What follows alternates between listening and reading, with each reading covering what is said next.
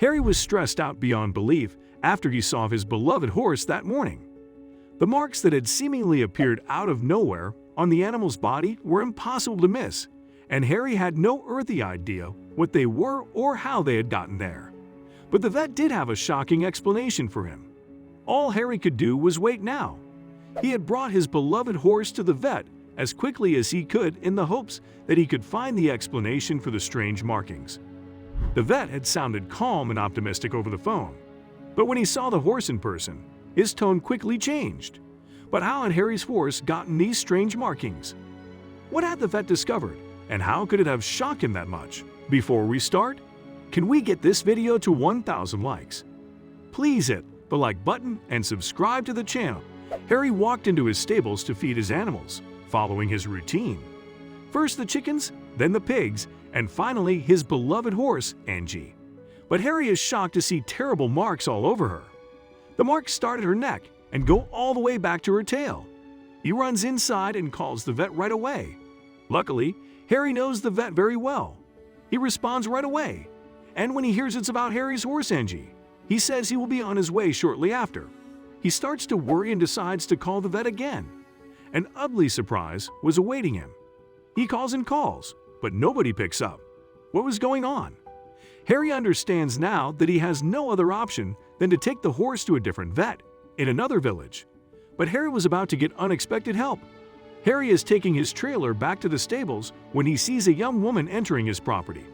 He puts on his glasses to see it's the daughter of his vet.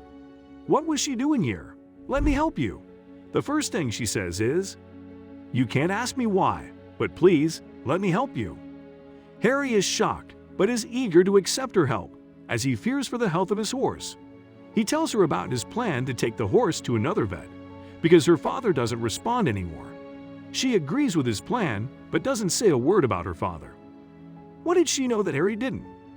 The marks on Harry's horse are clearly getting worse. He asks the daughter to tell him at least something. She remains silent. Then, finally, she says something. "You'll see soon enough, just wait." Harry accepts for now. The vet's daughter stepped out after taking the horse to the vet, clearly looking for her father. It was clear that they had to look for him. That also meant they wouldn't be near the examining vet, who was about to make a terrible discovery. The vet's daughter started by dialing her father. Harry told her he had already tried every possible number. It wasn't as useless as he expected. As the vet picked up, she walked away, disallowing to hear the conversation. Harry looked from a distance how the daughter burst into tears. Harry is done with being left out of the truth. Wasn't his horse at stake? He demanded that the daughter tell him what they talk about. The daughter understands and asks him to get in the car. He did something terrible. He's about to be arrested. You'll have to hear it from him directly, dear Harry. But right before they drive off, the vet who performed the examination of Angie runs out of the clinic. "Wait," he yells. Harry rolls down his window, looking worried sick. "What is it?" "I might be able to save your horse, but someone is responsible for this. I called the police. They asked you to meet them. They said you'll know by now where to go." Harry doesn't even take the time to answer the vet and drives off right away. At this point, he's so overwhelmed by emotions that he is turning against the daughter. "You already knew this. Otherwise, you would have no reason to come to the farm." The daughter doesn't answer. She just cries. What did her father do? And what was her part in all this? Harry and the daughter finally arrive and see multiple police officers arresting the vet. Apparently, the police are still waiting for the final results of the examination. Without it, they can't finalize their arrest. The calling vet says, "If you continue this arrest, you might end up in court yourself." Harry doesn't know what he's hearing, and neither does the leading officer. Was the arrested vet guilty or wasn't he? The officer scratches his head as he's contemplating whether to let him go or not. The officer lets the vet, named Choder, go. But while doing so, he looked him in the eye with great fury. He was clearly still suspecting him. Choder stretches his back and breathes a sigh of relief. He then walks in the direction of Harry and has only one thing on his mind.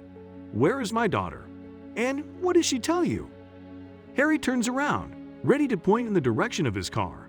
But he sees that Choder's daughter is no longer there. Harry and Choder start looking around, but don't see her anywhere. Harry looks at Piotr with disbelief, but also a sense of suspicion. Piotr answers this look by saying, "No time for questions now, we have to find my daughter. It doesn't take them long." A young officer joins them when he sees their curious behavior. He waves at them to come over and tells them he might have seen something. The young officer tells them about a young woman running off at the very moment that Piotr was released. Harry doesn't believe what he's hearing. Was she scared of Piotr? The young officer pointed out a little hill. The young woman ran over it, after which he could no longer see her. They keep following a little road after the hill, while Harry says, "I'm not asking you what you did or what you know. I just want to know why you didn't come once you knew what marks were on Angie. Why couldn't I reach you? And what kept you from coming?" Piotr is clearly struggling to answer Harry's question. Piotr struggles as he knows his code of honor as a vet. He failed the horse, and therefore failed as a vet. "First my daughter, then we'll talk. I know I failed you and Angie, but I can't afford to fail as a father as well." Harry realizes he won't get an answer right now. They arrive in a village. This seems like a logical place for Piotr's daughter if she truly wanted to escape. "Darling, it's me, your father. I'm innocent, honest to God. Harry's with me. He isn't angry either." Piotr screams at the top of his lungs. They look in alleyways and gardens, but they get no reaction. The two men don't really know where they are, as they stopped paying attention to where they were going minutes ago. Harry uses this time wisely. He asks Piotr, "My horse, she'll make it, right? That isn't the reason why your daughter fled, right?" Piotr's facial expression said it all. "I didn't see Angie, so I can't say anything about her condition. Let's just say, I think it says a lot that you didn't see her yet." Harry listens as he wonders about what should worry him more. This hide and seek in police drama, or his poor horse Angie, who could use his care now. They intend to involve the police in order to find Piotr's daughter. Finally, they recognize the little hill. But once they have crossed that hill, they face a terrible surprise, because the police are gone. Only Harry's card is still there. Harry and Piotr look at each other in awe. For how long had they been gone? And more importantly, wasn't the police interested in an escaping young woman, who was even the daughter of a suspect? "Let me call her one more time, but this time with your phone." Piotr says. Harry agrees on one condition.